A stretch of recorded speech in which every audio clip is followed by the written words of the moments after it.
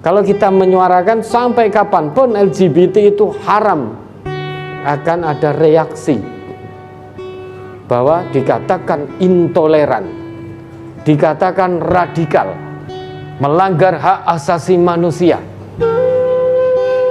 Tetapi ketika nabinya dijadikan bahan lelucon, orang yang ngaku Islam yang ada di sekitar itu juga ikut tertawa.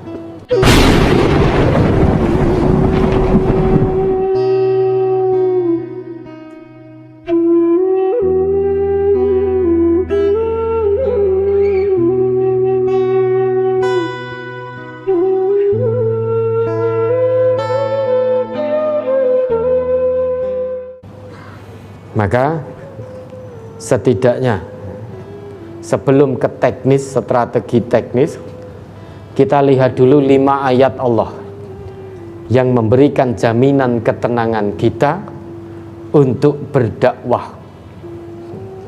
Yang pertama, Al-Imran 140. Ini memberikan ketenangan di hati kita, menghilangkan rasa pesimis. Ini akan menimbulkan rasa optimis, menimbulkan ketenangan hati ketika kita terus berdakwah, mendakwahkan kebenaran agama Allah ini dengan lantang. Meski banyak ayat dalam Al-Quran, setidaknya 5 ayat kita lihat. Yang pertama Ali Imran 140. Quran surat Ali Imran, Quran surat nomor 3 ayat 140. Iyam saskum korhum faqad masal qauma korhum mithluh wa tilkal ayyamu nudawiluha bainan nas waliya'lamallahu alladhina amanu wa yattakhidha minkum syuhada wallahu la yuhibbudz zalimin. Jika kamu pada perang Uhud mendapat luka, maka mereka pun pada perang Badar mendapatkan apa yang serupa. Dan masa kejayaan dan kehancuran itu kami pergilirkan di antara manusia agar mereka mendapat pelajaran, dan agar Allah membedakan orang-orang yang beriman dengan orang-orang kafir, dan agar sebagian kamu dijadikannya gugur sebagai syuhada, dan Allah tidak menyukai orang-orang zalim. Wa tilkal ayyamu nudawiluha bainan nas. Kita fokus pada ayat ini. Dan masa kejayaan, masa kehancuran itu kami pergilirkan di antara manusia. Wa tilkal ayyamu nudawiluha bainan nas. Ayat ini, kalau kita mau memahami, membaca dengan mata hati, ini akan membangkitkan semangat kita untuk berdakwah. Ini akan menghilangkan rasa pesimis di hati kita. Kita lihat, kita jujur, kita akui. Saat ini peradaban Islam sedang terpuruk di semua bidang, di segala lini, di semua disiplin keilmuan. Tidak hanya selangkah, 2 langkah kita tertinggal. Kira-kira berapa miliar langkah kita tertinggal? Kenapa kok bisa tertinggal? Karena bukan lagi disiplin keilmuan dunia ditundukkan dengan aturan-aturan Islam, namun nilai-nilai kebenaran Islam harus tunduk pada disiplin keilmuan yang ada di dunia. Perdagangan yang jujur itu perdagangan yang diikat dengan nilai-nilai Islam. Tetapi sekarang umumnya orang ada yang berdagang tidak jujur, mengurangi takaran, menyembunyikan cacat dagangan, hanya dengan dalih zamane wis edan nek raid dan ora keduman, sehingga kejujuran yang merupakan nilai Islam tunduk pada keumuman masyarakat yang melakukan kecurangan dalam perdagangan. Sogok suap itu merupakan penyimpangan dari nilai-nilai kebenaran Al-Quran, nilai-nilai kebenaran dinullah. Namun berapa banyak orang yang ngaku Islam untuk mendapatkan kekuasaan dunia harus melakukan sogok dan suap. Anehnya lagi, yang menerima sogok dan suap juga orang yang ngaku beragama Islam. Maka tidak lagi menjadi politik Islam, politik yang dijalankan dengan nilai-nilai Islam, namun berubah menjadi Islam politik. Sehingga muncul istilah-istilah, jangan bawa-bawa Islam dalam politik. Jangan bawa-bawa ayat-ayat Allah dalam berpolitik. Politik ini urusan lain, Islam urusan lain.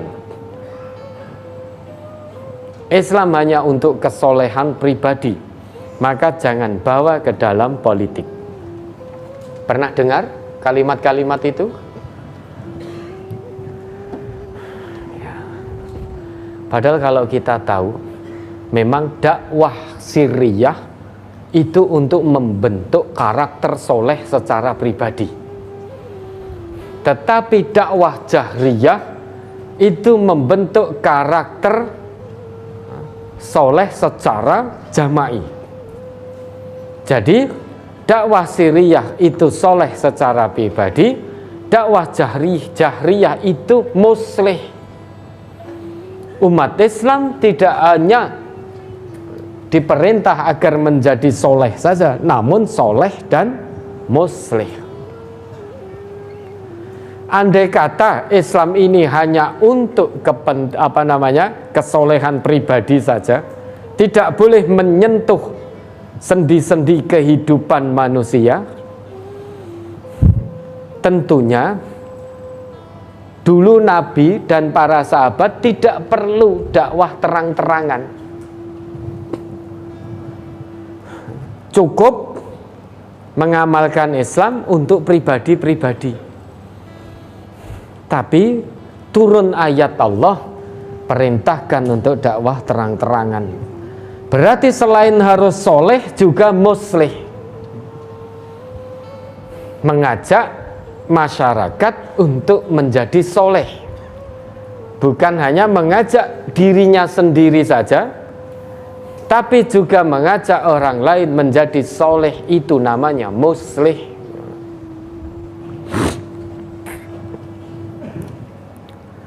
Ayat watilkal ayyam nudawiluha ini menjadi kabar gembira dari Allah untuk kita yang saat ini sedang pesimis untuk mendakwahkan Quran dan Sunnah secara kafah. Berapa banyak orang yang ngaku Islam saat ini malu menyuarakan ayat-ayat Allah, menyuarakan keteladanan Rasulullah.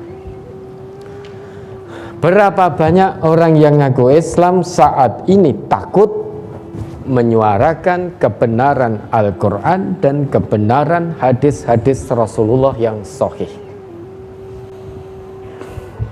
Padahal ada ayat Allah di situ. Kejayaan dan kehancuran itu kami pergilirkan. Dulu peradaban Islam mengalami kejayaan. Namun kejayaan itu runtuh bukan karena Allah yang meruntuhkan, tetapi umat Islam sendiri yang meruntuhkan peradabannya. Kenapa?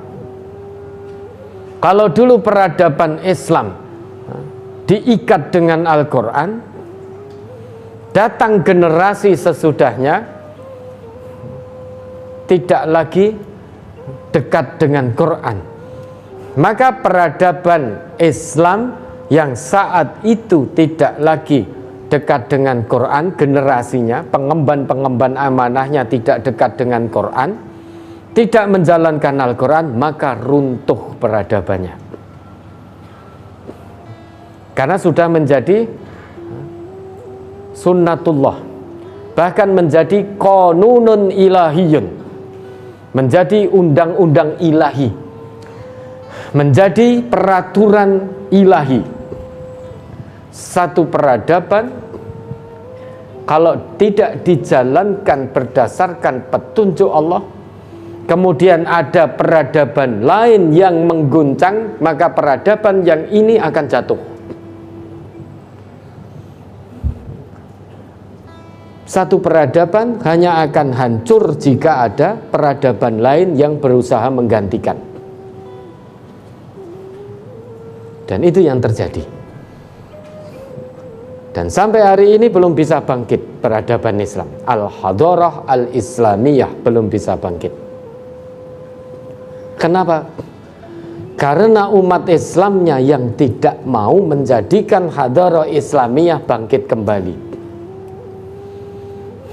Saat ini kita tunduk dengan hadarah gharbiyah, peradaban barat.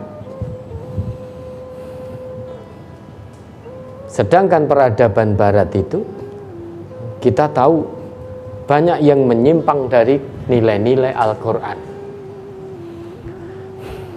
Peradaban barat salah satunya berusaha melegalkan LGBT, dan itu masuk ke dalam negeri kita juga.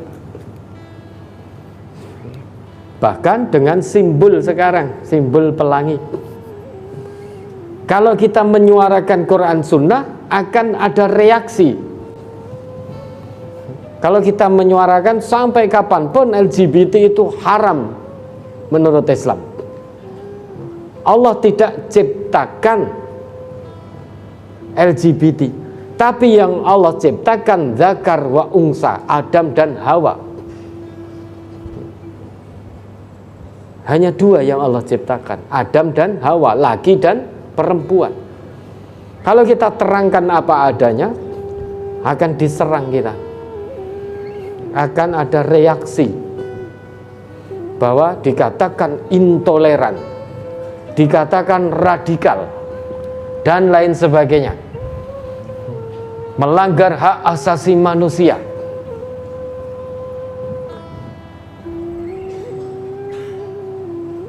Lah, peradaban yang itu yang sekarang sedikit banyak juga diikuti oleh orang-orang yang ngaku Islam. Bahkan mohon maaf, nyuwun pangapunten, Nabi kita saja, beliau maksum, saat ini sering digunakan sebagai bahan olok-olok, bahan candaan yang terakhir oleh beberapa komedian itu, oleh beberapa komedian. Ini kan kurang ajar sekali, menjadikan Rasulullah suri toladan yang diutus oleh Allah sebagai pembawa rahmat sebagai bahan olok-olok, lelucon yang tidak lucu. Tetapi ketika nabinya dijadikan bahan lelucon, orang yang ngaku Islam yang ada di sekitar itu juga ikut tertawa.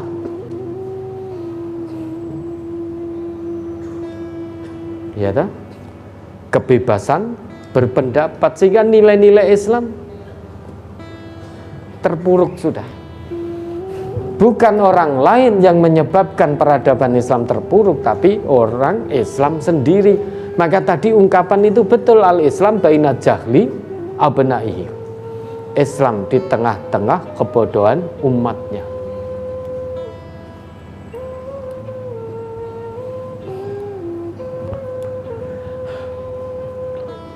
Wa ajzi ulamaihi.